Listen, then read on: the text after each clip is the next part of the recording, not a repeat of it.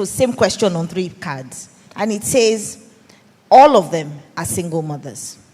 And how do they deal with the shame of moving away from that stigma? It affects getting into relationships.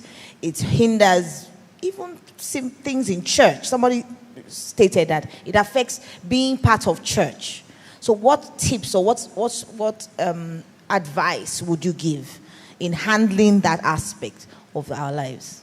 Let me say something to you women. One thing you must honestly learn how to do, and I've written it repeatedly on my Instagram page, is that you must remove that garment of shame. Amen. And there is shame at every level. So I'll give you an example. I remember when I was fixing my documentary, there was a lady who shared something I'd never heard before in my life. She lost her husband, and then she's a photographer. So she said she was booked for a wedding, and she was supposed to go for the wedding, and then the wife cancelled it, the bride. And then the bride said to her that she was canceling because she lost her husband. And then she doesn't want the spirit of widowhood. I'm telling you, if you know what therapy is here, you'll be shocked.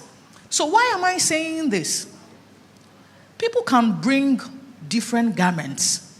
But what garment do you wear?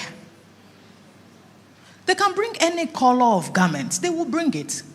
If you lose a child, there's a garment. If you don't have a child, there's a garment. If you have just boys, there's a garment. If you have just girls, there's a garment. If something happens in your marriage, there's a garment. If something does not happen, there's still a... You understand? Like if your children are not doing well in school, there's a garment. If you are not doing well in business, like it's permanent. So single motherhood is one of the garments. But you know that you are not a single mother. What you should know is that you failed at a relationship. Failure is an event, not a person.